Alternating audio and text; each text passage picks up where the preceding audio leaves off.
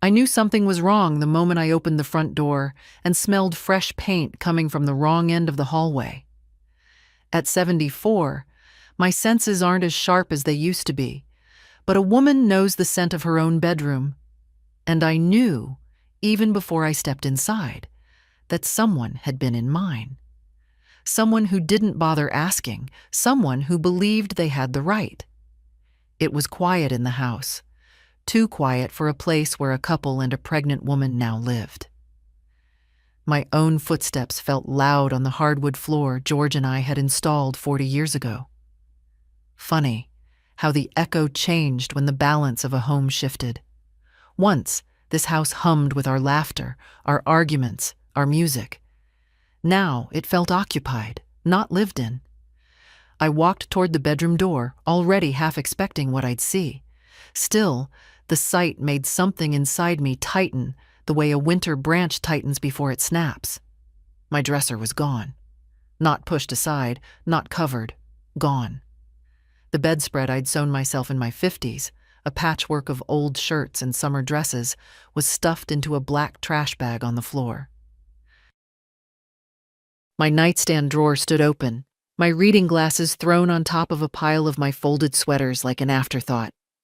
And on the wall, Monica had rolled a coat of soft mint paint, the kind you see in nursery catalogs. A color chosen for a baby who wasn't even born yet. A baby who deserved his own space, yes, but not at the cost of erasing mine. "Mom? You're home early." Daniel's voice came from behind me, bright and falsely casual. I didn't turn right away. "What happened here?" He sighed the way he sighs when he thinks I'm being unreasonable. "Monica had a rough night. She barely slept. The guest room is too small. You know how pregnancy is. The baby needs—" "My bedroom," I finished. "Well, yes, it just makes sense. You have the little room down the hall. It's quieter for you anyway. Less stairs. We moved your things." He said it all like he was explaining weather, like nature had simply decided to rearrange my life, and he was merely reporting it. I looked at the mint walls, at the empty space where my dresser had stood since the year Reagan was elected, at the trash bag swallowing the quilt I'd stitched with my own hands. "Daniel," I said slowly, "this is my home." "I know, Mom." He put a hand on my shoulder, gentle but dismissive, the way people touch old ladies they don't quite see anymore. "It's just temporary. A few months. You want the baby to have the best start, don't you?" Ah, there it was. The moral weight they loved to place on my chest. The demand packaged as virtue. If you refuse, you're selfish. Cold. Unmotherly. I stepped away from his hand. I wasn't asked. He blinked, surprised that I'd said it. "We didn't want to stress you. It seemed obvious. Obvious that I should shrink to make room. Obvious that my needs were negotiable. Obvious that my life, my space, was the most flexible in the house I paid for, maintained, and built with the man I loved." Monica appeared in the doorway, one hand on her lower back, the other on her hip. "Is everything okay?" she asked, though her tone suggested she'd already decided it was. "Your mother's upset," Daniel said. "No," I corrected quietly. "Your mother is noticing." They exchanged a glance, the kind that says, she's being emotional, old, difficult. I didn't argue, didn't raise my voice, didn't cry. I'm too old for theatrics and too tired for battles waged in words that fall on unlistening ears. Instead, I walked out. Past Daniel's confused frown. Past Monica's tight smile. Past the mint paint claiming the last room in this house that had still felt like mine. I went to the hall closet, reached up to the top shelf, and pulled down a heavy brown folder I hadn't touched in years. My fingers knew its edges well. Inside were documents that still smelled faintly of George's pipe tobacco. The deed, the insurance papers, the old rental forms he had drawn up by hand. My bedroom was gone, but my house wasn't. Not yet. By the next morning, the house no longer sounded like mine. There was a new rhythm, a heavier one, doors closing harder than they used to, footsteps that weren't familiar, voices rising and falling in rooms I once crossed without thinking. Even the kitchen felt different, as if the air itself had thickened with someone else's habits. I stood there for a moment, fingers resting on the counter George built with his own hands, and listened to the muffled hum of their morning routine. Monica's voice floated down the hallway, sharp as a chipped cup. "Daniel, the crib doesn't fit unless we move her chair out. Can you take it to the basement?" Her chair. My chair. The one I used to sit in during storms, counting the seconds between lightning and thunder. The one where I fell asleep with a book dozens of times. The one George tried to fix 3 times before finally giving up and declaring it a stubborn old thing. I waited for Daniel to answer, to say something like, "Maybe we should ask Mom first." But motherhood, at least the kind I practiced, wasn't contagious. He had never learned to protect me the way I had protected him. "Sure," he said. "She won't mind."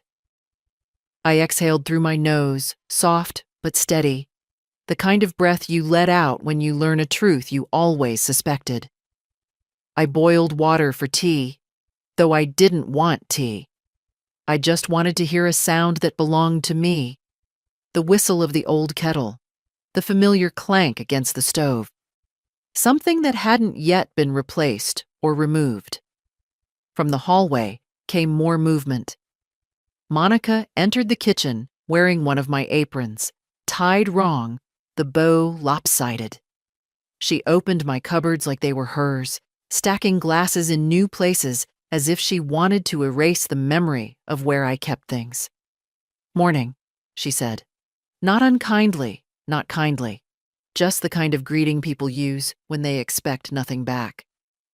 "Morning," I replied. She reached for my teapot, the one George bought me on our 30th anniversary.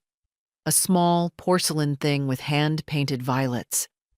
I moved a little closer to the counter, not touching anything, simply standing in a way that made her pause. "Oh," she said. "Were you using this?" I was.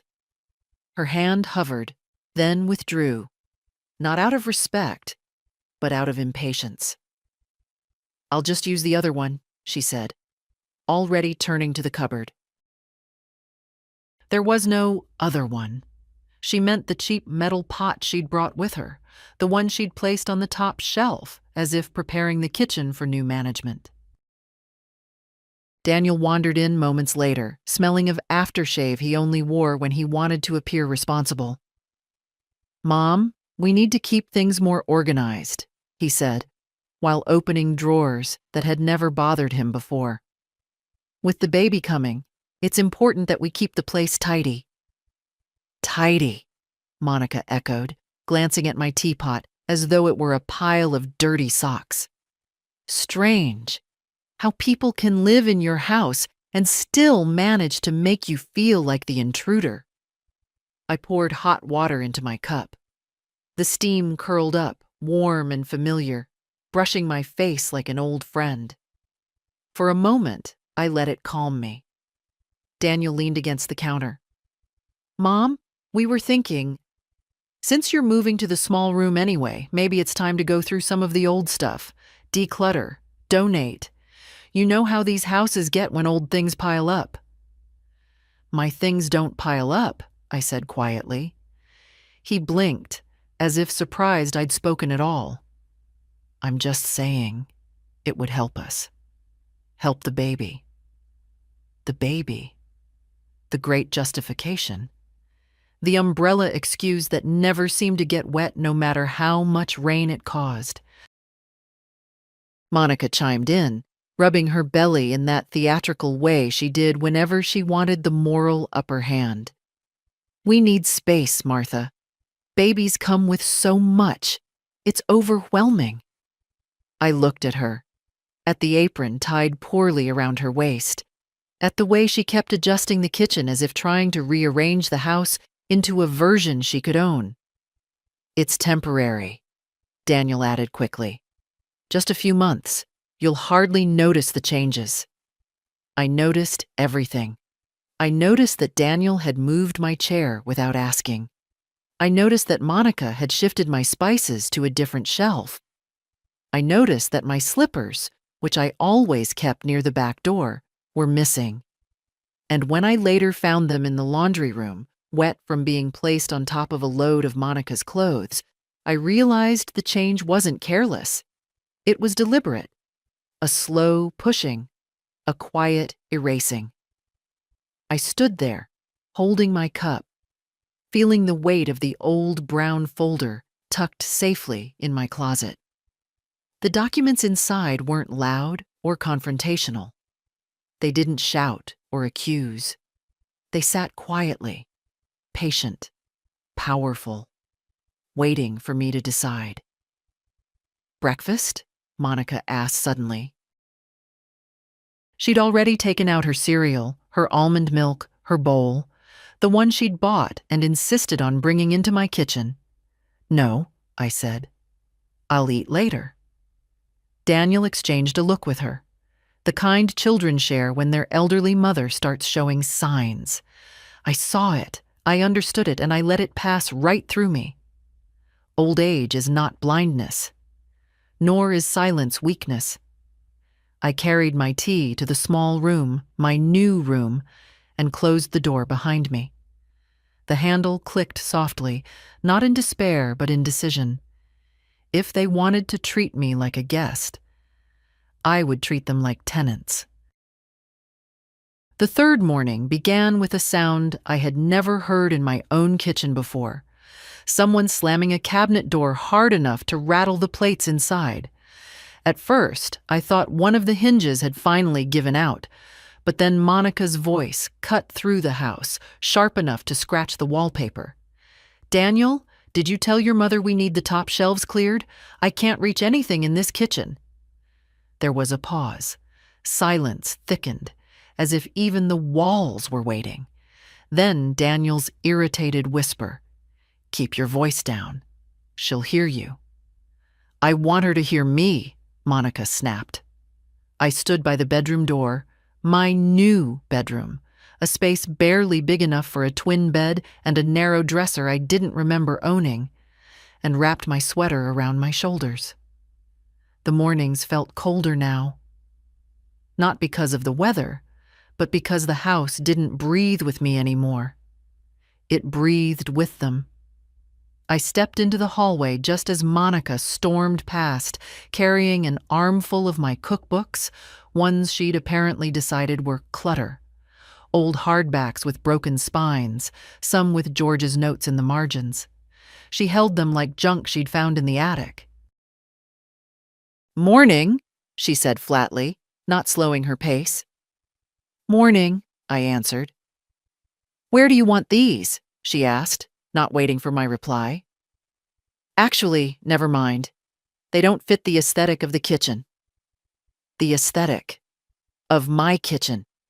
Her words landed with the kind of indifference that bruises rather than cuts. She walked toward the hall closet and shoved the books onto the floor, scattering them like unwanted mail. One slid across the hardwood and bumped softly against my foot. I bent down to pick it up.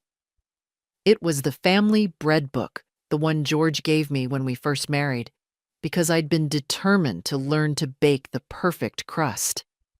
I ran my fingers over his faded handwriting. "Half cup more water next time. Gee." My throat tightened. Daniel entered the hallway, already stressed, already apologizing for her with his eyes. "Mom, she's nesting. It's a pregnancy thing. Don't read into it." "I'm not reading into anything," I said. "I'm reading what's right in front of me." He didn't like that. Daniel never did enjoy being confronted with truth, especially truth spoken softly. He preferred truth to be loud, so he could dismiss it as hysteria. A crash sounded from the kitchen then, a bowl shattering. "Oh, Monica's voice started, then rose. "Why is everything in this house so old? Why is every drawer uneven? Why is every shelf crooked? This place is a disaster, a museum. It's impossible to cook here." The irony wasn't lost on me. The woman who moved everything I owned was somehow surprised things were no longer where they belonged. Daniel exhaled heavily. "Monica, please." "No, Daniel, I can't. I can't do this. Your mother doesn't understand how hard pregnancy is. She doesn't understand what it's like to prepare for a baby in a house that fights you at every turn." I stepped into the kitchen doorway. "The house isn't fighting you, Monica. You're fighting the house." She froze for half a second, just enough to betray that she hadn't expected me to challenge her at all.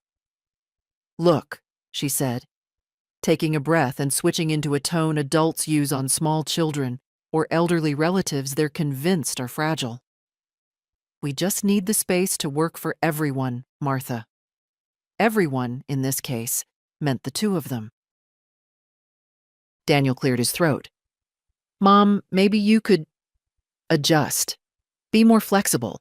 It would help the baby." There it was again, the baby-shaped shield they kept hiding behind. "I've been flexible," I said. "I moved rooms. I stepped aside. I've stayed quiet." "Exactly," Monica said, misunderstanding entirely. "So let's try to keep everything smooth." Smooth, like sandpaper. I looked around the kitchen, at the jars she'd rearranged, at the spices she'd thrown into different drawers, at the apron she'd hung on the hook where George's old cap used to rest. None of it was mine anymore. Not the placement, not the order, not even the air. Monica walked to the stove, lifted one of my cast iron pans, and frowned at the weight. "We need to get rid of these ancient things. My mother said good cookware should be light. These are rustic." Rustic. The pans. George seasoned by hand. The pans that had never failed me. The pans that had cooked every Sunday dinner of our marriage. Daniel rubbed his forehead. "Mom, don't make that face." "I'm not making any face." "You're judging." "I'm observing," I corrected him. Monica slammed the pan down. "This can't continue. We need order, predictability, harmony." "And we can't have harmony if someone keeps leaving the kitchen messy."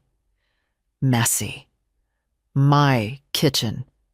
I had to steady myself on the edge of the counter. The room felt tilted somehow, not from age, but from misuse. Like a book one tries to read upside down. "Monica," I said, "if there's something out of place, it's because you moved it." She scoffed. "Well, maybe the new layout makes sense. Maybe it's time you accepted that things need to change." I didn't answer. I didn't need to. Because right then, behind them in my mind, I saw the brown folder in my closet, saw the neat stack of documents inside, saw the deed with my name alone on it, saw the old rental agreements George drafted in neat, careful handwriting. Monica was still talking, something about modernizing and a fresh start. Daniel was nodding, helpless and distracted. The two of them moved around the kitchen like they owned it. And I stood there, quiet, still, remembering something I'd almost forgotten. Ownership doesn't shout. Ownership doesn't fuss. Ownership waits. Softly, patiently, until the day it speaks. It happened 3 days later, in the afternoon, when the house was glowing with that pale winter light that makes everything look honest, even things you wish would stay hidden. I'd just finished folding laundry in the small room they now called mine, though it felt more like a borrowed corner of my life. The door was half open, letting in the smell of fresh paint from the hallway. Mint again. They were coating everything in that color. I heard them before I saw them. Daniel's low voice, Monica's sharper one, both walking with the slow, self-important steps of people coming to deliver news they believed would sound reasonable. "Mom?" Daniel knocked once, then opened the door without waiting. They did that often now, as if doors were only symbolic. Monica stepped in behind him, holding a stack of papers and a measuring tape. Her hair was pulled into a tight bun, her face composed in that serene expression pregnant women sometimes use to mask irritation. I could already tell this wasn't going to be a conversation. It was going to be an announcement. Daniel cleared his throat. "We need to talk about the baby's room." I kept folding my dish towels, aligning the edges the way George used to like. I didn't look up. Not because I wanted to ignore them, but because I wanted to enter the moment slowly, on my own terms. "The nursery," Monica clarified, taking a small breath. "We've thought a lot about it. And we think," she glanced at Daniel, who nodded, "your old bedroom is the best choice." I folded one more towel. "My old bedroom," I repeated. "Yes," Monica said, overly patient. "It's the perfect size. The sun comes in from the east, and the closet is big enough for the baby's things, much bigger than the guest room storage." Daniel added, "It's also quieter, for naps." I set the towel down on the bed. "And where exactly am I supposed to sleep?" "In here," Monica said, gesturing around the cramped room that barely fit my bed and a lamp. "It's cozy, and you're close to the bathroom. At your age, that's convenient." My age. An invisible weight pressed against the back of my ribs. Not anger yet, just awareness, like the first tremor before a storm. Daniel must have sensed the shift in the air because he spoke up quickly, as if to soften the blow. "Mom, be reasonable. Babies need space. This is temporary. Once we get our feet under us, we'll move out. You know we will." I looked at him then. Really looked. The boy I once pushed on swings until my arms ached. The young man who used to call home just to hear my voice when he first moved away. Now standing in front of me with the posture of someone who believes his needs outweigh everyone else's. "Temporary," I echoed. "But you've already been here 3 months." Monica bristled. "We told you. The housing market is impossible right now, and with the baby." "Yes," I said softly, "with the baby." A phrase now used to justify the removal of walls, boundaries, and, apparently, my existence. Monica stepped closer, placing the measuring tape on my dresser as if she were marking territory. "We need to start moving things today. I already bought the crib. It's being delivered tomorrow morning. Daniel will move your boxes." "Boxes?" I asked. She hesitated for only a moment. "We packed up a few of your things. We thought we were being helpful." I imagined her hands in my drawers, touching the scarves George bought me, the photographs I kept tucked between books, the letters from my sister I never showed anyone. Strangers in my memories. Daniel smiled the way people smile when they're hoping to defuse a bomb they just built themselves. "Mom, it's all going to be fine. Let's not make this difficult." There it was again. Difficult. A word children use when their elders dare to have a spine. I walked to the dresser and gently lifted the measuring tape off its surface. Its cold metal edges dug into my palm. "Monica," I said, keeping my voice level, "did you clear this with me? Did you ask me before moving my things?" She blinked, confused at the idea that consent might be required.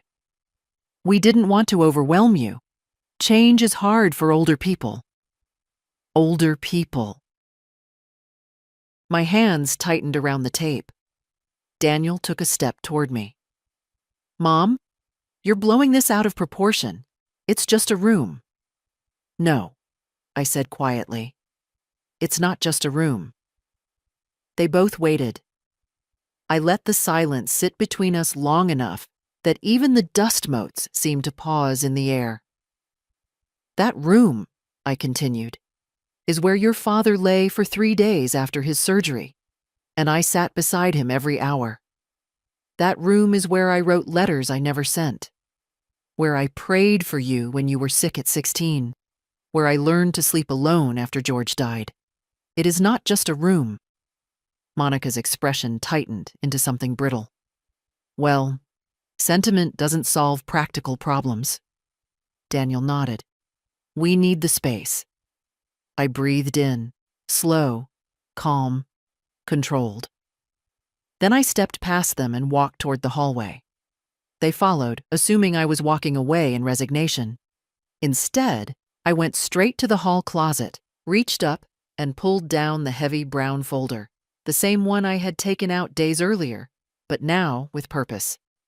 I turned around. "Since you need space," I said, "we're going to talk about terms." Daniel frowned. "Terms?" Monica crossed her arms. "What terms?" I opened the folder just enough for the edge of the deed to show. "The terms," I said, "of living in my home." Their faces shifted. First confusion, then disbelief, then the first faint flicker of fear. "We'll continue this in the kitchen," I added. "And this time, you will listen." I walked ahead of them, the folder under my arm like a quiet declaration. If they wanted to claim my bedroom, my walls, my life, then they were about to learn exactly whose roof stood over their heads. By morning, the mint paint had dried. I could smell it from the kitchen. Sweet, artificial, the kind of scent that tries too hard to mask what it really is. I stood at the counter buttering a piece of toast when I heard Daniel's heavy footsteps in the hallway and Monica's lighter, quicker ones behind him. They whispered, then stopped whispering when they saw I was awake. Monica appeared first, her hair pulled back, wearing a shirt she'd ruined with paint stains. She looked strangely triumphant, as though she'd won a battle I didn't remember fighting. "We made a lot of progress last night," she announced, without waiting for my response. Daniel stepped in and leaned against the doorframe, rubbing his eyes. "Mom, the room looks good. Really good. You'll see." I didn't answer. I placed the toast on a plate, added a slice of peach, and sat down. There is a power in silence when you've earned your years. Monica sighed as if patience itself were an inconvenience. "We painted your old room," she said, voice bright enough to grate. "It looks so much lighter now. Peaceful. Perfect for a baby." She waited for praise, or acceptance, or some kind of concession. When none came, she pressed on. "And we moved your things into the small room. We tried to keep everything organized." Tried. Such a generous word. I rose from the table and walked toward the hallway. They followed me, Daniel already preparing explanations. Monica, wearing a determined smile like armor. My old bedroom door was open. The morning sun fell across the floorboards, illuminating a room that no longer belonged to me. The soft mint walls looked even paler in daylight. The quilt I'd made was nowhere in sight. The rug George loved, the one we'd bought on our honeymoon, was rolled into the corner like an afterthought. And then I saw it. My dresser. It wasn't gone this time. It was open. Gutted. Drawers pulled out, half empty. My scarves tossed in a plastic bin. My jewelry box moved to the floor, lid crooked, the necklace George gave me on our 10th anniversary tangled with Monica's hair ties. Something inside me went still. Stillness, I've learned, is not always calm. Sometimes it is the exact moment before something changes forever. Daniel stepped forward, lifting his hands as if calming a startled animal. "Mom, don't make that face. It's just things." You still have them. Monica chimed in quickly. We didn't throw anything away. Not yet. Not yet. I walked to the dresser and picked up the jewelry box. My fingers brushed the small silver clasp. My hands shook, not from age, but from insult, from intrusion, from the quiet violence of being treated as though nothing that belonged to me mattered, unless it was useful to them. You opened my drawers, I said softly. Daniel shifted his weight. We needed to sort everything. For the baby. Always the baby. The shield. The justification. The reason to take, rearrange, erase. Monica crossed her arms over her stomach. I don't understand why you're so upset. We're doing all of this for your grandson. He isn't born yet, I replied. And when he is, she shot back, he'll need space. He'll need peace. Not clutter. Clutter. I looked slowly around the room, at the mint walls, at the crib parts laid out, waiting to be assembled, at my belongings shoved aside to make room for someone who wasn't even here yet. My things are not clutter, I said. Monica rolled her eyes. We're trying to make this house functional. That room was too big for you anyway. You don't need all that space. Daniel sighed loudly. Mom, please don't start. This is temporary. We've told you that. You're being... He stopped himself. But the word hung there anyway. Difficult.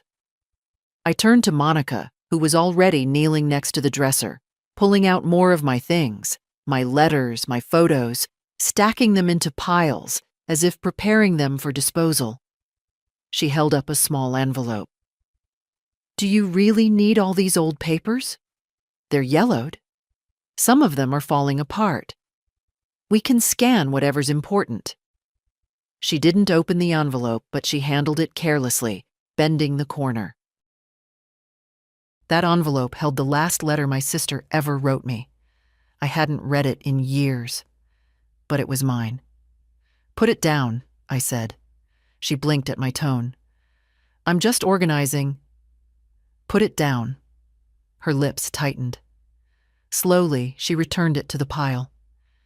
Daniel rubbed the back of his neck. Mom, we appreciate everything you've done for us. Let's not make this harder than it needs to be. I looked at him, my son, grown, tired, stressed, but not blind. He knew. Deep down, beneath the excuses and justifications, he knew what they were doing, and he was choosing convenience over respect. That choice has a cost. I reached for the jewelry box again, then turned and walked out of the room. Quiet, controlled. But this time, my silence wasn't surrender. In the hallway, the sunlight fell across the wooden floor, catching on a small scuff mark near the closet. George made that mark years ago, dragging in a heavy toolbox after fixing the back stairs. I remembered him cursing under his breath, then laughing when I teased him about always denting something. I opened the hall closet and took down the brown folder once more, holding it carefully. The edges felt firm in my hands. Steady. Trustworthy. Behind me, Monica's voice floated down the hallway again. Should we move her armchair next? It's too big for that small room. I closed the closet door gently, the latch clicking like a heartbeat.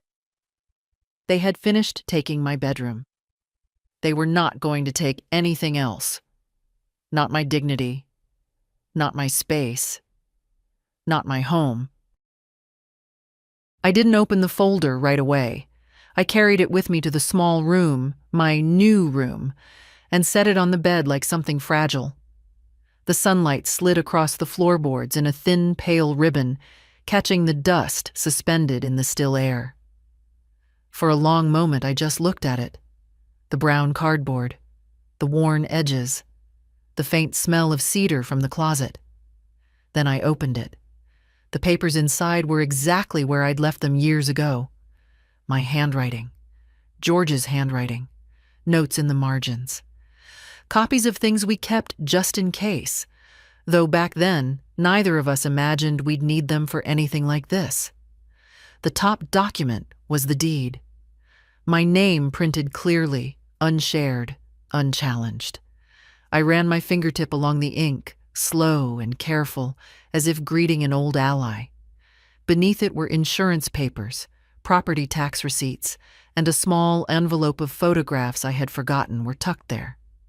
Photos of the house when we first bought it, before the porch had been added, before the garden took root, before the walls held 40 years of our conversations and quarrels and quiet forgiveness.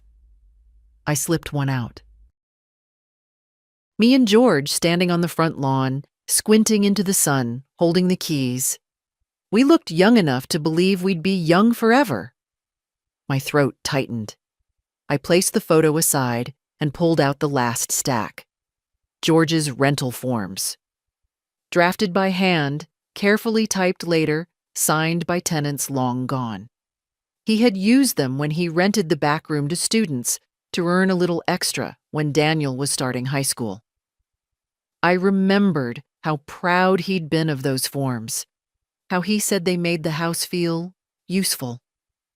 The signature lines were still blank on some copies. The house might feel useful again.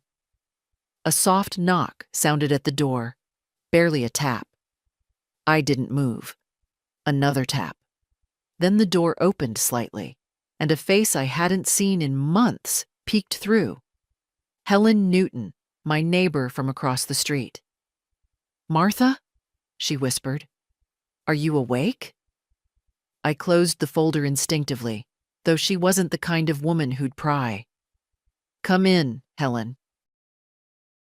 She stepped inside with that little shuffle she always had, her knees stiff from the cold. She carried a bag of muffins, blueberry, the kind she makes when she's worried about something, or someone. "I saw the moving truck yesterday," she said, setting the bag on the dresser.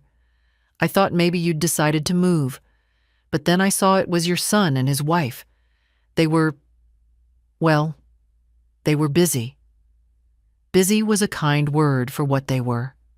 She looked at me carefully, her eyes tracing the room, the boxes, the way my things had been squeezed into corners. "Are you doing all right, dear?" I sat on the edge of the bed. "They took my bedroom." Helen didn't gasp or say, "Oh, honey," the way some women might. She just sat beside me, her hand resting lightly on mine, grounding me. "That room belonged to you and George?" she said softly. "Yes." "And they didn't ask?" "No." She exhaled slowly. "Martha, you can't let them do that. This is your home." "I know." She studied me for a long moment. Not pitying, just seeing. Really seeing. "You're planning something." It wasn't a question. I opened the folder just enough for her to glimpse the papers inside. The deed, the forms, the proof, You remember when George rented the back room to that engineering student? The one who played the saxophone at odd hours? Helen chuckled. "I remember. He practiced until the neighbors threatened to nail his door shut." I nodded. "We have the old contracts, and we kept the additions to the house separate. Legally, the guest room and back room can be rented, and the rest," I tapped the deed, "is not theirs to claim." Helen's smile faded, replaced by something firmer. "You're not going to let them stay for free anymore." "I'm not going to let them take my home from me piece by piece," I corrected. She squeezed my hand. "It's about time." I sat with her for another few minutes, the room warm with shared understanding. When she left, she paused at the doorway. "Whatever you decide, Martha," she said, "make sure it reminds them who you are, who I was, who I still am." I waited until the front door clicked shut behind her. Then I pulled the rental forms from the folder and placed them neatly on the desk. The ink would dry the same way it did 40 years ago, quietly, thoroughly, undeniably. They wanted my bedroom. They were about to learn the cost of living under my roof. That evening, the house felt oddly calm, as if it were holding its breath with me. Daniel and Monica had gone to a prenatal class, something about breathing techniques and swaddling, and for the first time in days, the place wasn't humming with their noise. I took advantage of the quiet. I needed to hear myself think. I'd spread the rental forms across the dining table, smoothing each page with the flat of my hand. George had always said that paperwork was like a backbone. A life bends without it. Back then, I didn't understand. Now I did. Papers were power, especially when everyone else in the house forgot you had any. The pen sat on the table beside me, its weight steady, familiar. I didn't sign anything yet. Not because I doubted myself, but because I wanted to approach this the way I approached everything important in my life. Slowly, with intention, without the heat of anger. The front porch creaked then, just once. A soft, uncertain sound. I knew immediately who it was. Only one person in my family walked like someone hoping not to disturb the ground, the way children do when they're afraid of breaking something. My granddaughter, Lily. The door opened a few seconds later, and she slipped inside, cheeks rosy from the cold, dark hair tucked behind her ears. 19 years old, studying nursing, working part-time at the grocery store. The only person who still came to see me without needing anything. "Grandma?" she called gently. "I'm in the dining room," I answered. She walked in and stopped when she saw the papers on the table. "Are you doing taxes early?" "No," I said. "I'm doing something else." She pulled out a chair and sat beside me, setting her backpack at her feet. For a moment, she just looked, trying to make sense of the forms. Then she looked at me. "What's going on?" I hesitated, not because I didn't know what to say, but because Lily deserved truth delivered carefully. She had grown up between her father's temper and Monica's coldness. She understood more than they ever realized. "Your father and Monica," I said slowly, "moved into my bedroom." Lily's eyebrows lifted in a way that reminded me of her mother, a woman long gone from our family, but never forgotten. "Without asking you?" "Without asking," I confirmed. "And they moved your things?" Her voice sharpened with quiet outrage. "They decided the baby needed the room," I said. "They decided I didn't." Lily ran a hand over her face.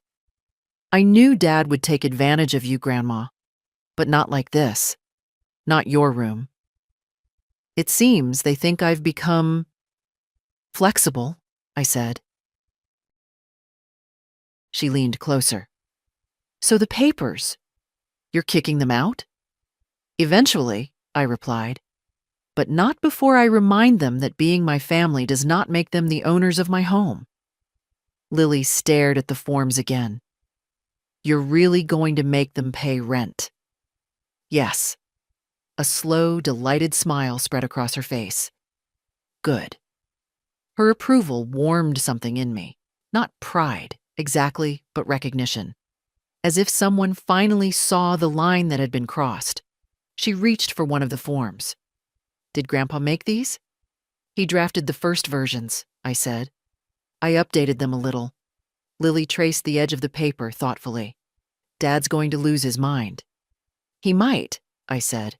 "And Monica," she added, "is going to act like you committed a crime?" "No doubt." Lily sat back, watching me in that quiet, observant way she has. "How do you feel?" I considered the question. It had been a long time since anyone asked me that. Not about my health, not about errands or needs, but about my feelings.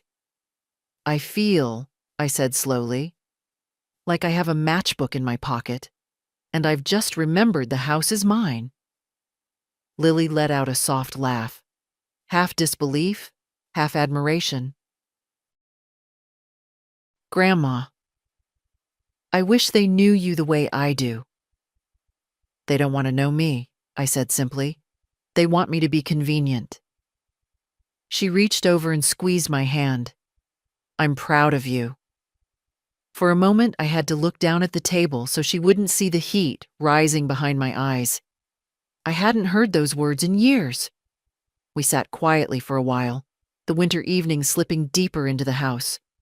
When she stood to leave, she hugged me longer than usual. "If you need help, anything, call me, okay?"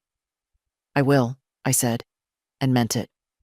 After she left, the silence returned. But it didn't feel heavy anymore. It felt full of intention, full of clarity. I gathered the papers, stacked them neatly, then placed the finished draft of the rental agreement on top.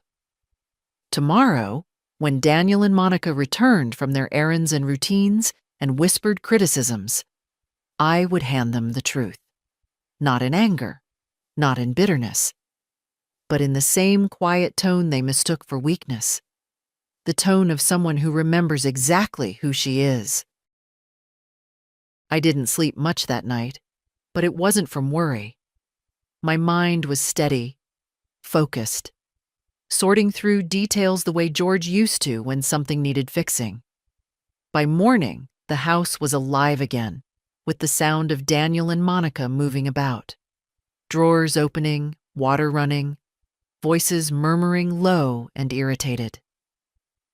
They must have noticed I'd put some of my belongings back in their proper places. Nothing dramatic. Just enough for them to feel the shift. After breakfast, when the house had settled into its uneasy quiet, I put on my coat and took the rental forms from the table. I didn't tell them where I was going. They didn't ask. The winter air bit at my cheeks as I stepped outside. The sky was the color of cold tin, flat and heavy. Perfect weather for clarity. The law office sat 3 blocks down, a small brick building between a barber shop and an insurance agency. I'd walked past it for years without ever needing it. Inside, the warmth felt almost indulgent. A receptionist with soft gray curls looked up from her desk. "Good morning. How can we help you?" "I'd like to see Mr. Harmon," I said. "If he has a moment." She checked the schedule. "He can see you in 5 minutes." "Please, take a seat." I sat on the couch near the window, holding the folder in my lap. I looked like any other older woman dealing with paperwork. Small, quiet, forgettable. But the weight in my hands felt like a spine straightening. "Mrs. Ellington?" the receptionist called. I followed her to a modest office where a man in his 60s rose to greet me. "Martha," he said warmly. "It's been a long time." "Hello, Robert," I replied. "I need your help." He gestured for me to sit. "What's going on?"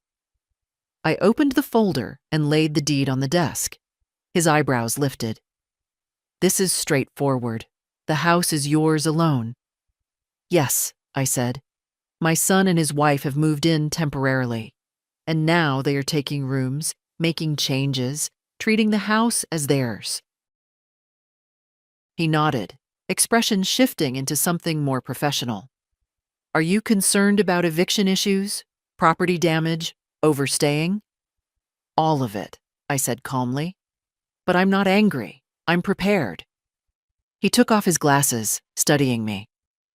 "You want to formalize their stay?" "I do." I slid the draft rental agreements toward him. "George wrote these years ago. I've adjusted the details. I'd like them reviewed and made legally sound."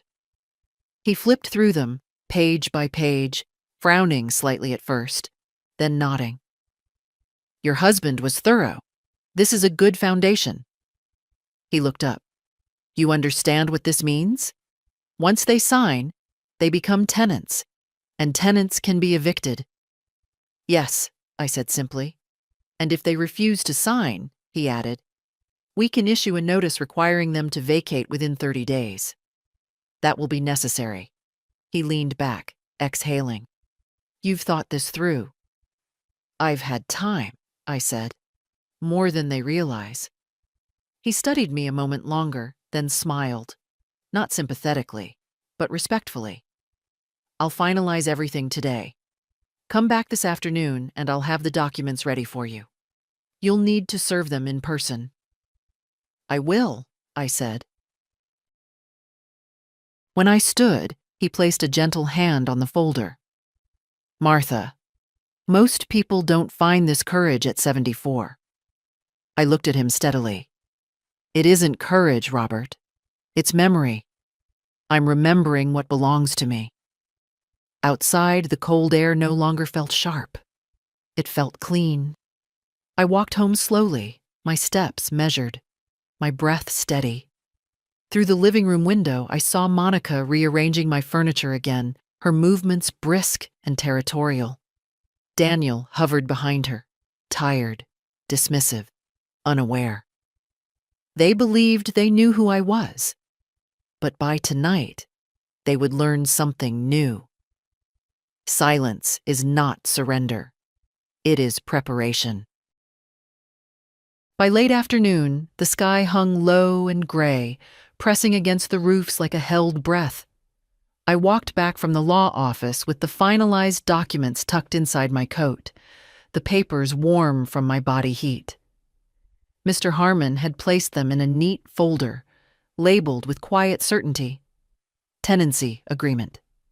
Beneath it, clipped together, were the notices of non-compliance and the 30-day vacate forms. Tools. Clean, simple tools. The kind people forget older women still know how to use. When I stepped onto the porch, I heard voices through the front window. Daniel's frustration sharp. Monica's irritation brittle. They were arguing about supplies for the baby. I stood for a moment and listened, not out of curiosity, but out of understanding. People reveal themselves when they think the person they depend on isn't listening. I'm tired of this house, Monica snapped. Nothing is where it should be. Your mother keeps moving things back. I swear she's doing it to annoy me. She's just old-fashioned, Daniel said. Ignore it. I can't ignore it, Monica said. We need control over this place if the baby is going to be raised in any kind of order. That word, control, settled like a cold stone in my stomach. I opened the front door. They stopped mid-sentence, both turning toward me with the guilty stiffness of children caught stealing cookies. Oh, Daniel said, forcing a smile. Mom? Didn't hear you come in. Clearly, I said, hanging up my coat. Monica crossed her arms. We were just discussing the nursery. I'm aware. I walked past them into the kitchen and placed the folder on the table. Not forcefully, not dramatically. Just with the kind of care one uses when setting down something important. Daniel frowned. What's that? I sat, folded my hands, and nodded toward the chairs. Sit, both of you. The way their eyes flickered, to each other, to the folder, back to me, told me they'd never expected a 74-year-old woman to sound like someone giving orders. They sat, slowly. I opened the folder and slid the first set of documents toward them. The paper made a soft whisper against the wood, quiet, but final. These, I said, are the terms under which you will continue to live in my home. Daniel blinked. Terms? Monica's voice tightened. What is this? A rental agreement, I said. Legally binding, reviewed this morning. You will read it carefully and sign.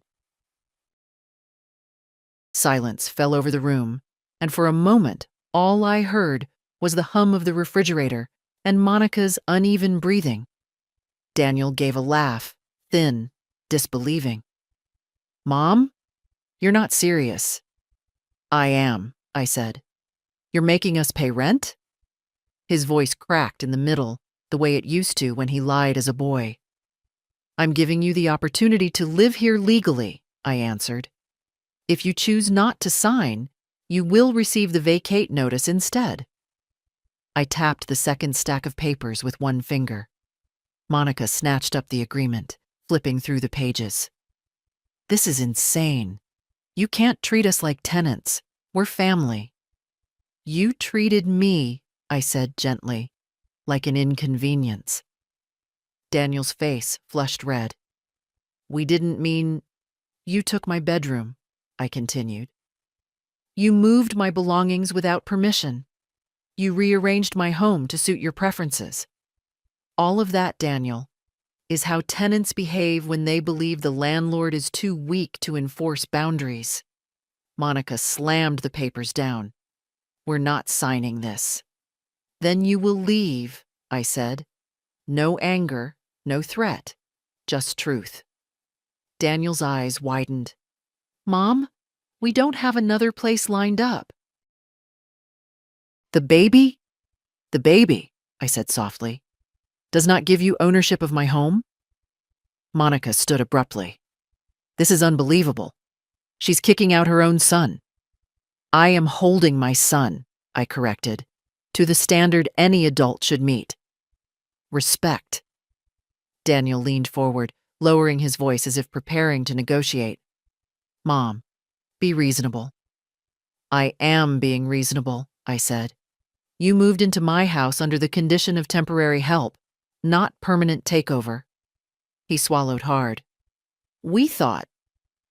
I know exactly what you thought, I said. You thought my silence meant permission. The kitchen felt too small for the three of us, the air thick with the shift that finally landed where it belonged. Monica pointed at the papers again. So what happens now? You read, I said. You sign, or you pack. Daniel stared at me with something like confusion and something else. Something I hadn't seen in a long time. Recognition. That his mother wasn't a shadow in her own home. I closed the folder, folded my hands, and looked at them both with the calm of a woman who has rediscovered her footing after years of letting others take the floor. I'll give you until tomorrow morning, I said quietly, to decide which future you prefer. They didn't come to breakfast the next morning. I sat alone at the kitchen table, hearing their muffled voices upstairs, quick, tense, urgent. The kind of whispers people use when they've lost control and are trying to pretend they haven't.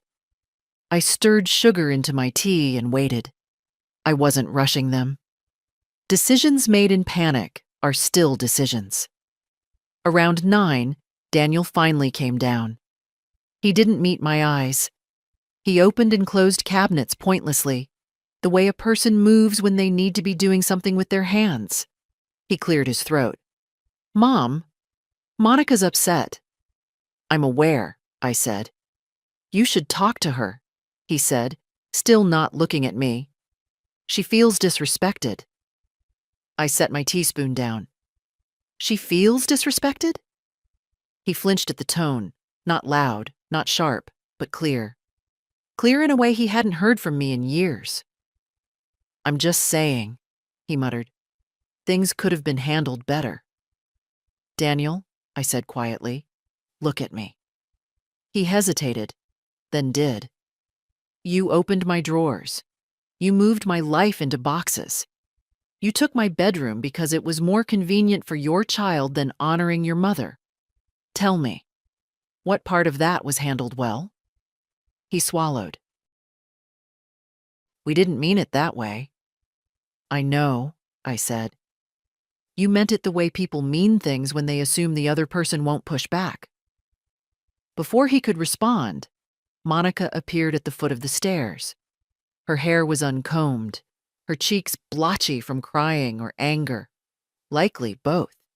She held the rental papers in one hand, wrinkled from being clenched all night. This, she said, shaking the pages, is humiliating.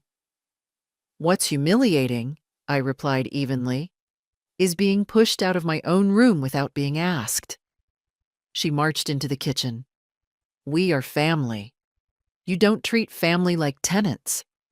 You treated me, I said, like a guest you could rearrange. She let out a breath that trembled at the edges. You don't understand how stressful pregnancy is. I need stability, routine. I need my bedroom, I finished. Her lips pressed tight. Yes, because it's best for the baby. I poured myself more tea. And this agreement is best for the homeowner. Daniel stepped forward. Mom, we're asking you to meet us halfway. You crossed the entire house, I said, and then demanded I move the rest of the distance. Monica slapped the pages on the table. Rent? Really? You're charging your own family rent? Yes. Why? She demanded.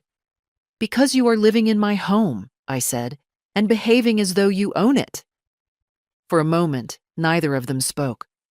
The refrigerator hummed softly behind us, the only steady sound in the room. Then Monica pulled out a chair and sat heavily, exhaling in defeat. We don't have the money for this. I looked at her. Then you should not be living here. She looked at Daniel, searching his face for support. He looked away. That told me everything. Fine, she said sharply. What happens if we sign? You become official tenants, I said. You pay rent. You respect the rules of the home you occupy. And you stop treating my rooms, my belongings, and my life as your storage space. And if we don't sign, Monica asked, then you receive the 30-day notice. Daniel's voice dropped. Mom, we have nowhere to go. You have options, I said calmly. You always did. You just preferred the easiest one. Monica pressed her palms to her forehead. This is unbelievable. No, I said. This is overdue. Daniel finally sat down, too. Slowly, heavily, as if the chair had turned into something unfamiliar. He looked at the floor. How much is the rent? I told him. Not a cruel number. Not unreasonable. Exactly what the market demanded. What any stranger would pay without blinking. Daniel whispered something to himself. Monica's breath hitched in her chest. Then she looked up at me with anger so thin it was almost fear. You're doing this to punish us. No, I said quietly. I'm doing this to protect myself. The room fell silent again. Real, stunned silence this time. Daniel finally lifted his head. His voice was small in a way I hadn't heard since he was a boy. We'll talk about it. You have until tomorrow, I reminded them. They stood and left the kitchen without another word. I sat alone again, tea cooling beside me, listening to their footsteps upstairs. Quieter now, uncertain, careful. It was the first carefulness they'd shown since they moved in. And it wouldn't be the last. They didn't come downstairs for most of the afternoon. The house felt strangely peaceful without their voices filling the air, without doors opening and closing as if announcing their ownership. I moved slowly, doing small things, watering the few plants I had left, straightening the books on the living room shelf, folding the blanket across the couch. It was the first time in weeks I didn't feel like I had to ask permission to exist. Around 4, I heard Daniel's steps. Not the rushed, careless ones he usually made, but slow, deliberate ones, like a man walking into a room he didn't want to enter. He found me in the kitchen, slicing apples. Mom, he said quietly. I set down the knife. Daniel. He rubbed the back of his neck, the gesture nervous and familiar. We talked about the agreement. I waited. We don't want to sign it. I nodded once. Then you understand what that means. He closed his eyes briefly, like the truth stung. Monica's been crying all day. She cried, I said softly, after moving my belongings out of my room without hesitation. He winced. I know it wasn't fair, but she's overwhelmed. The baby, I said again, has become the reason you cross every line. He looked up at me then, and for the first time, I saw shame surface, not deep enough to change him, but deep enough to quiet him. I'm sorry, he said. It was a thin apology, but it was something. I am not punishing you, I said. I am setting boundaries. You're adults, Daniel. You chose to live here. Now you choose how. He nodded, swallowing hard. We're going to start looking for another place. That would be wise. He sat at the table slowly, as if his legs were heavier than usual. Mom, I didn't realize how much we were taking from you. Yes, I said. You didn't realize because it was easy not to. He looked at the floor. How soon do we have to leave? I placed a single sheet of paper in front of him, the official notice. It looked small, simple, but it carried weight. 30 days, I said. He didn't touch it, just stared at it. I guess we pushed you too far. You pushed me out, I corrected him. There's a difference. His shoulders slumped. Monica won't take this well. She hasn't taken anything well, I said, unless it benefited her. Daniel let out a long breath. We'll figure it out. You will, I said. You always do. For a moment, he looked like he wanted to say more. Something soft. Something reaching back toward the years when he trusted me without hesitation. But the moment passed. He stood. I'll tell her, he said quietly. Do that. He started toward the stairs, then paused. Mom? Are you angry at me? I thought about that. No, I said. I'm disappointed, but not angry. He nodded, and somehow that seemed to land harder. After he disappeared upstairs, the house grew quiet again, peaceful, but heavy with the shift that had finally settled. Tomorrow, the real packing would begin. Tomorrow, they would understand what it meant to be held accountable. Tonight, though, I sat at the kitchen table, the notice still lying there, and breathed easier than I had in months. They began packing in silence the next morning. No dramatic sighs, no slammed doors, no whispered complaints drifting through the vents. Just the muted sounds of drawers opening, boxes unfolding, the rustle of clothing being folded too quickly. It was the first time their noise didn't feel like intrusion. It sounded more like departure. I stood in the hallway, not hiding, not supervising, simply present. Daniel carried down a stack of folded shirts, his steps heavy. Monica followed a few minutes later, moving more slowly, one hand pressed to her lower back. Even now, even after everything, I felt a small tug of sympathy. Pregnancy is hard, but hardship never justifies cruelty. She avoided my eyes when she passed me. I didn't stop her. I didn't speak. Some lessons don't need narration. Daniel set the shirts near the door, exhaling. We'll try to be out before the 30 days, he said. We don't want to drag this out. That's wise, I replied. He nodded, then hesitated. We'll clean the room, the big one, before we go. I appreciated that more than I showed. Thank you. Upstairs, their footsteps resumed, slowly, grudgingly. It's strange how the act of packing reveals a person. Monica wrapped only her fragile things carefully. Everything else she shoved into bags. Daniel paused over certain items, an old photo, an old jacket, then tucked them away with quiet regret. Around noon, I made myself a small sandwich. The kitchen felt peaceful again, sunlight catching the rim of my favorite mug. For a few minutes, I let myself breathe in the calm, the way a person inhales deeply after a long-held breath. Then I heard a soft knock at the doorway. It was Monica. Her eyes were swollen, her face pale. She looked younger than she had in weeks, almost like the girl she must have once been before life hardened her edges.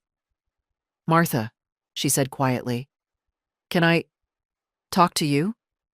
"Of course," I replied. She stepped inside, holding her hands together the way people do when they're trying not to tremble. "I know you think I'm awful." I didn't answer. She didn't wait for one.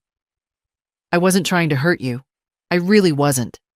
I panic when things feel out of control. And this pregnancy has been—" She shook her head. "I don't feel like myself. And I took it out on your space. Your things. I'm sorry." It wasn't a perfect apology. It wasn't even complete. But it was the first honest thing she'd said to me since moving in. "Thank you," I said softly. "I accept your apology." She looked startled by that, maybe expecting bitterness. She wasn't wrong to expect it, but life is too short to carry every burden someone hands you. "I didn't think you'd go this far," she whispered. "The papers. The notice." "I didn't think you'd take my bedroom," I replied gently. A lone tear slid down her cheek. She wiped it away quickly and nodded. "We'll be out soon." I watched her leave the kitchen, her steps slower now, her shoulders less sharp. Not humbled, just human, finally. By late afternoon, the living room filled with stacked boxes, taped and labeled. Daniel carried the crib pieces down from my old bedroom, pausing, I noticed, each time he passed the doorway, as if the mint-painted walls finally embarrassed him. Near dinner time, he came to me again, standing in the threshold like a boy waiting for permission. "We'll finish the rest tomorrow," he said. "And then we'll go. All right?" He looked down at his hands. "Mom, you don't need to say anything," I said gently. "Just learn from it." He nodded, and he left the doorway without finishing his sentence. That night, when the house grew quiet, I walked the hallway alone. The scent of their packing tape still lingered, mixing with the faint mint from the nursery walls. I stood outside my old bedroom, not stepping in, not touching anything, just letting the stillness settle. This wasn't revenge. This was restoration, a house returning to its rightful shape, and a woman doing the same. They left on a Tuesday morning, just as the sun began to warm the frost off the lawn. Not all at once. People rarely exit a place they've claimed so carelessly in one clean motion. Instead, it happened in fragments. A box carried to the car, a hesitation by the door, another trip upstairs for something forgotten. I stayed in the kitchen, not hiding, but not hovering. Some departures must be witnessed from a distance. Daniel came down first, holding 2 suitcases.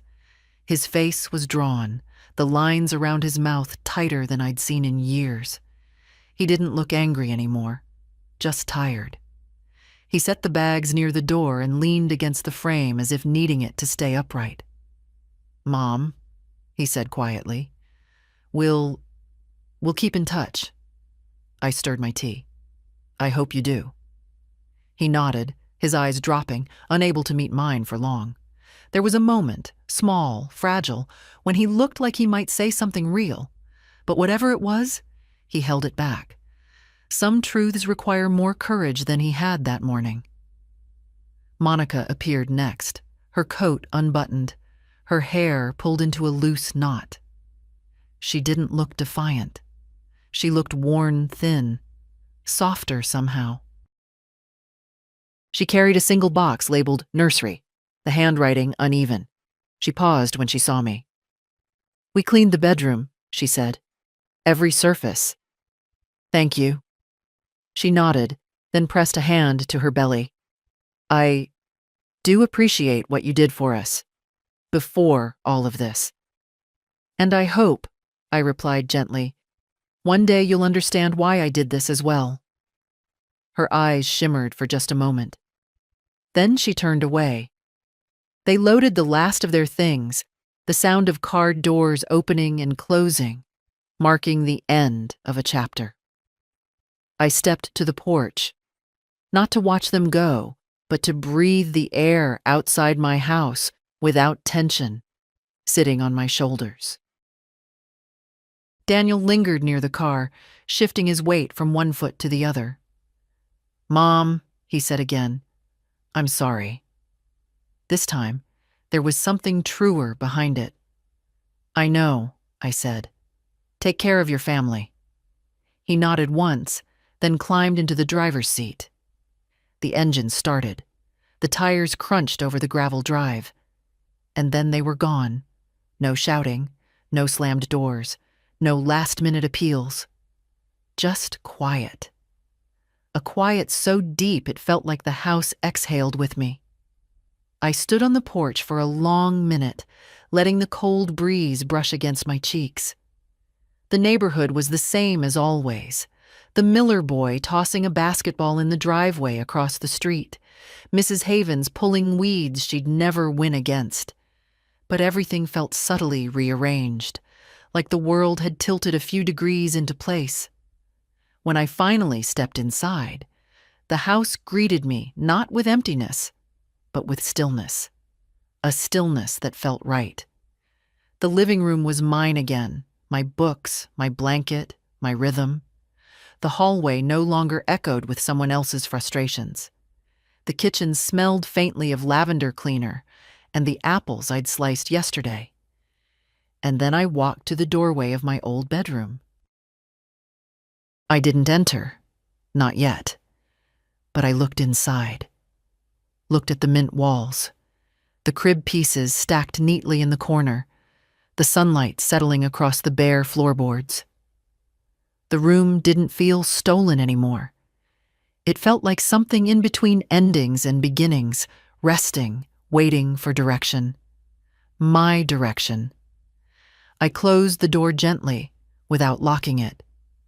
There would be time later to decide what the room should become next. For now, I went back to the living room, sat in my old armchair, and let the simple truth settle into my bones. The house was quiet, and so at last was I. Not silenced, simply whole. The first morning alone felt almost unreal. The house wasn't just quiet, it was honest. No footsteps that didn't belong to me, no voices behind doors, no rearranged objects shifting the rhythm of my days. I walked through each room slowly, not to inspect, but to reacquaint myself with the space. A home can forget its owner when too many hands pull at it.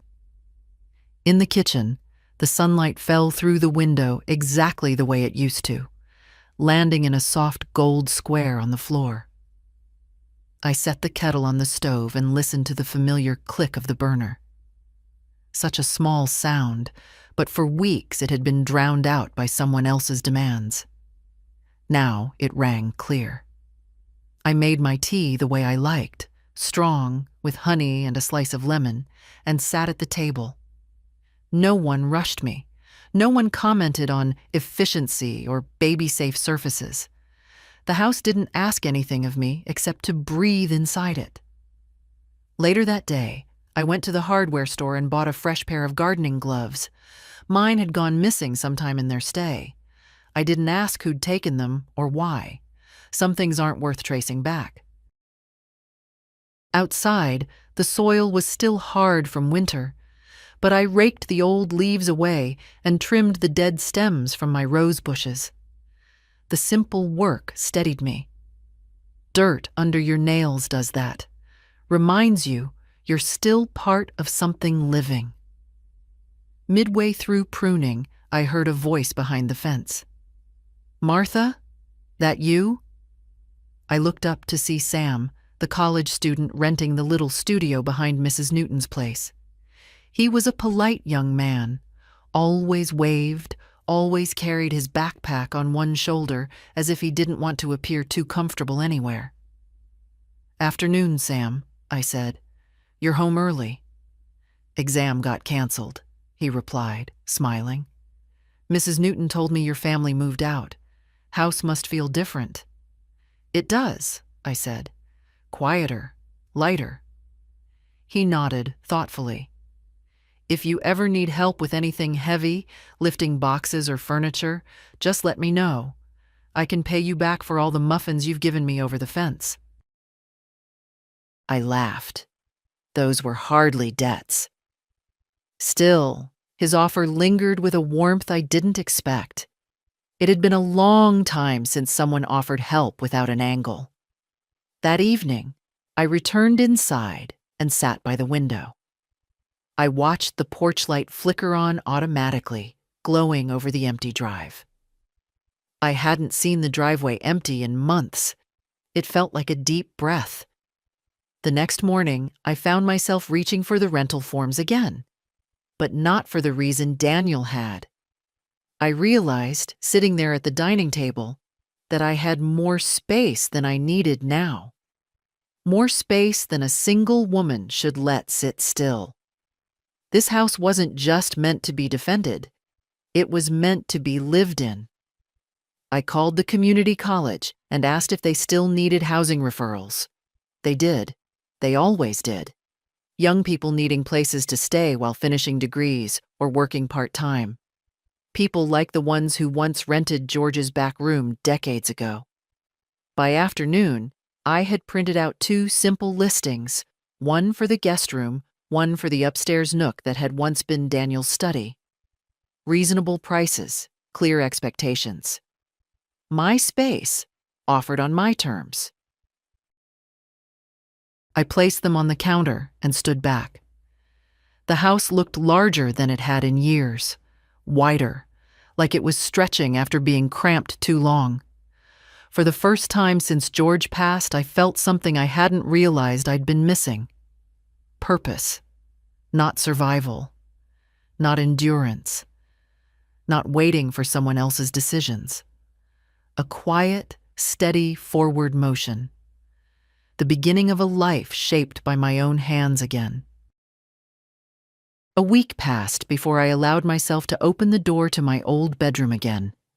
Not because I feared what I'd find, but because healing sometimes needs a little distance. The mint paint had lost its sharp smell. The crib pieces were gone. The room felt empty, but not wounded anymore. Just waiting. I stepped inside and let my hand brush the wall. It was cool beneath my fingers. Still mine, despite everything.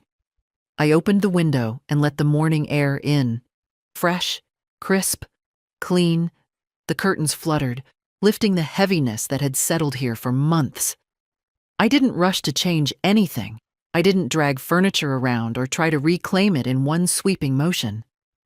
I simply stood in the middle of the floor and asked myself a question I hadn't asked in years. What do you want now, Martha? Not what Daniel expected. Not what Monica demanded. Not what age or grief or loneliness prescribed. Me. I sat on the floor, cross-legged, watching dust float in the sunlight. The house made its soft, familiar creaks, the ones I used to mistake for ghosts after George died. Now, they just sounded like an old friend stretching her bones. A soft knock at the front door pulled me from my thoughts. When I opened it, Sam stood there holding a potted plant, something green and cheerful with broad leaves. "Mrs. Ellington?" he said, smiling shyly. "I heard you were fixing up the place. Thought this might brighten a room." It had been a long time since someone brought something to my door without expecting anything in return. "Thank you, Sam," I said. "Come in." We talked in the living room, about his classes, about the internship he hoped to get in the spring, about the tiny studio he rented where the heat clanked at night. He glanced around the house with a kind of quiet respect. "This place feels peaceful," he said. It didn't, I replied. But it does now. He looked at the rental forms on the table. You're really going to rent out rooms? I am. He nodded thoughtfully. Someone's going to be lucky to live here. After he left, the house settled again, but it didn't feel empty. It felt full of possibility, of open doors and second chances. My steps echoed differently, as if the floors recognized me again. That evening, I placed the new plant on the dresser in my old bedroom. A single green leaf brushed my wrist, light as breath.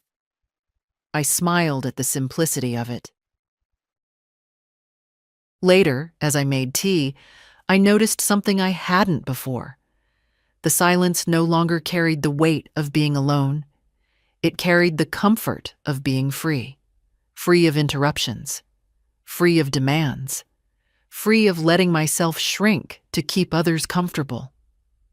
I sat in my armchair, the one they'd once tried to haul to the basement, and watched the porch light glow across the lawn.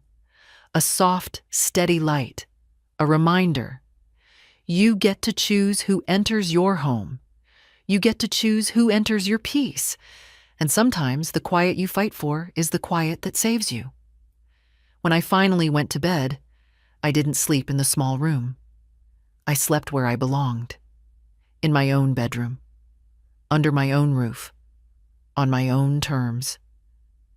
And when I closed my eyes, I felt something I hadn't in a long, long time. Not victory, not triumph. Dignity. If Martha's story touched you, share your thoughts or feelings. Your voice matters more than you think.